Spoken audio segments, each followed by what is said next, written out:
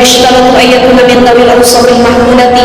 Kalau semua orang nggak pengen jadi guru karena apa, ya Allah saya nggak pengen ngajar, saya punya aib, saya punya dosa, nggak pantas saya jadi guru, maka nggak akan ada orang yang mau ngajarin ilmu. Ya, orang mau ngajar bukan karena dia nggak punya dosa, tapi karena apa, ya Allah kalau bukan saya ngajar, siapa nanti orang pengen belajar sama siapa ya Allah. Nah itu ya, sambil dia mengajar, sambil dia berusaha untuk terus memperbaiki dirinya, menutup aib-aib yang telah berlalu. Li'anna ruhat tilmid, karena ruh murid itu dha'ifatun binisbati ila ruhihi. Ruh muridnya itu lebih lemah dibanding ruh gurunya. Kalau gurunya aja nggak beradab, gimana muridnya? Kalau gurunya aja nggak berakhlakul karimah, gimana muridnya? Maka jadi guru ini sebenarnya muhasabah buat kita para guru, para ustadz ustazah yang ngajar ya Bu ya. Jadi gelar ustadz ustazah ini berat, gelar guru ini berat. Bagaimana kita menjadi guru yang menghidupkan rohani murid kita dengan kebaikan? Jangan gurunya bobrok, muridnya ikut bobrok. Ini tugas para guru siapapun kita, baik itu guru agama ataupun guru-guru yang ada di sekolah dan lembaga apapun ya ibu-ibu ya. Fa idza tasawwal muallimu bi awsafil kamal ya, maka kalau guru itu memiliki sifat-sifat yang kamal sempurna, kana tilmidul muwaffaqah, maka murid itu akan mencontoh. Jadi kalau gurunya lemah lembut, muridnya juga pasti lemah. Ada istilah Bu, guru kencing berdiri, muridnya kencing berlari. Ya lebih parah lagi gitu ya. Maka ini harus disesuaikan agar apa? Agar sifat-sifat itu menurun kepada murid-muridnya. Jadi cari guru, cari juga yang bagaimana akhlak kesehariannya, bagaimana sikap dan lain sebagainya, itu yang harus kita pikirkan ya. Faidan labudda ayakuna taqiyan mutawaddi'an, maka seorang guru ini siapapun yang jadi guru, apa yang harus ada sifatnya dalam dirinya? Satu, taqiyan, dia harus bertakwa, takut sama Allah. Takwa itu apa? Yang kemarin kita bahas, imtisalul awamiri wa ijtinabin nawahi. Takwa itu mengerjakan yang Allah perintah, menjauhi yang Allah larang, itu takwa. Maka seorang guru, poin utamanya, modal utamanya bukan cuma ilmu pengetahuan, tapi taqiyan, dia harus takwa. Gurunya harus lebih banyak tirahatnya. Mau ngajar ke murid, guru baca dulu. Mau ngajar ke murid harus belajar juga. Nih saya nyampein ke ibu-ibu, saya kan jadi pembicara, saya bukan cuma nuangin air, saya juga kudu dituangin air. Paham ibu-ibu ya? Jadi saya nuangin air ke ibu-ibu, saya juga harus nyari air yang dituangin ke saya.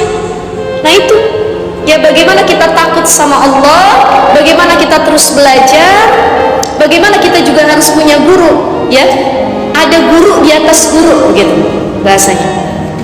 Tirakatnya lebih banyak. Ya Allah, karena yang saya sampaikan adalah kalamullah, maka sholat saya harus tepat waktu, saya harus lebih takut sama Allah, aurat saya harus tertutup ya. Kemudian lagi maksiat harus lebih saya jauhi ya Allah. Nah itu taqiyan, adanya rasa takut kepada Allah. Mutawaddi'an, seorang guru itu harus tawadhu, rendah hati. Memang dia alim, pinter, tapi ya kita semua di hadapan Allah sama. Yang membedakan mungkin secara pemahaman keilmuannya. Tetap guru itu kalau ketemu murid, walaupun muridnya tidak sepintar gurunya, perlakukan dia layaknya manusia. Mohon izin, mohon maaf, banyak guru yang pengen dihormati. Saking pengen dihormati, dia kalau ngasih makan muridnya sampai dilempar, digelindingin. Nah makan kata. Itu murid udah kayak bukan manusia, tapi binatang. Ada muridnya yang kalau pengen ngambil berkahnya, sini, bukan cuma suruh cium tangan bolak-balik, cium kaki saya cium, katanya. Banyak gak yang feodal gitu? Banyak. Nah ini kemarin sempat viral tuh yang kayak gitu ya. Mohon izin, mohon maaf Bu, yang naik beritanya itu salah, tetapi ada juga banyak oknum-oknum yang demikian. Jadi nggak semua pesantren dan guru itu seperti itu, tapi ada juga yang seperti itu. Nah, maka oknum-oknum yang sudah merusak ilmu, merusak adab guru dan murid ini juga perlu untuk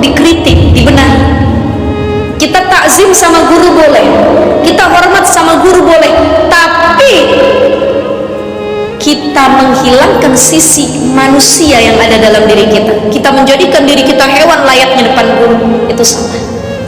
Feodal itu harus dikritik juga. Jadi paham ya ibu ya? Ada tuh dulu, bukan dulu tuh, tahun lalu apa ya? Film judulnya Walid. Ibu tahu? Ya, pasti ibu nonton semua nih. Ya. Walid nah ini katanya, Walid nah itu katanya, itu ada ya. Itu sebenarnya nyindir filmnya. Sampai kalau mau apa namanya baiat itu harus cium kaki Walidnya, nyuci kaki Walid. Nah itu nggak ada seperti itu. Ya takzim boleh, hormat boleh, cium tangan boleh, tapi merendahkan diri kita itu nggak boleh. Dan seorang guru yang baik, dia nggak gila kehormatan. Dia tawadhu, dia tahu dia dihormati, tapi dia nggak gila kehormatan. Ini sifat seorang guru. Mau guru apapun itu, ya jangan mentang-mentang kita lebih alim dari muridnya sehingga kita memperlakukan murid kita layaknya binatang. Nauzubillahiminzalik. Guru ini yang harusnya, kan ada tuh lagunya, guru belahan jiwa, kekasih yang sempurna, gitu ya. Kalau kita ngelihat guru tuh jadi adem buat kita ilmunya, akhlaknya. Ini sekarang banyak guru ya Allah yang bukan niatnya baik lagi, tapi bahkan sampai melecehkan murid-muridnya. Ini jadi reminder buat para guru dimanapun berada, kita ini dikasih ilmu sama Allah bukan karena kita hebat, tapi ilmu yang Allah kasih itu wasilah memberikan kebaikan buat orang lain. Maka di sini taqiyan, seorang guru itu harus bertakwa, mutawaddian, dia harus tawadhu, enggak gila kehormatan, layyinal janibi litamilal qulubu ilaihi, ya. Jadi harus lemah lembut, ya, agar apa? Litamilal qulubu ilaihi, agar hati murid-muridnya tuh condong sama gurunya. Kan ada murid yang dia sayang benar sama gurunya, saya sayang benar ya Allah. Kenapa? Karena dia melihat kelembutan dari gurunya, ya. Jadi kelembutan itu bukan cuma cara ngomong, tapi ada sesuatu yang nggak bisa kita ungkapkan, gitu ya Bu ya. Fatastafidu minhu, maka muridnya lebih mudah menerima nasihat kebaikan, ngambil faedah gara-gara dia punya guru yang baik. Tadi takwa, tawadhu, lemah lembut, ya, layaknya Rasulullah sallallahu alaihi wasallam. Wa yakuna haliman, seorang guru juga harus bijaksana. Kalau muridnya bertengkar, jangan dia condong salah satu. Jangan ada perbedaan, nggak bijak nih. Oh ini mah anak orang kaya, yang ini anak orang miskin. Yang kaya ranking 1 aja, emaknya rajin ngasih. Ini kalau yang ini biar pinter, emaknya pelit, nggak pernah ngasih. Nah itu nggak boleh tuh ya, harus bijaksana.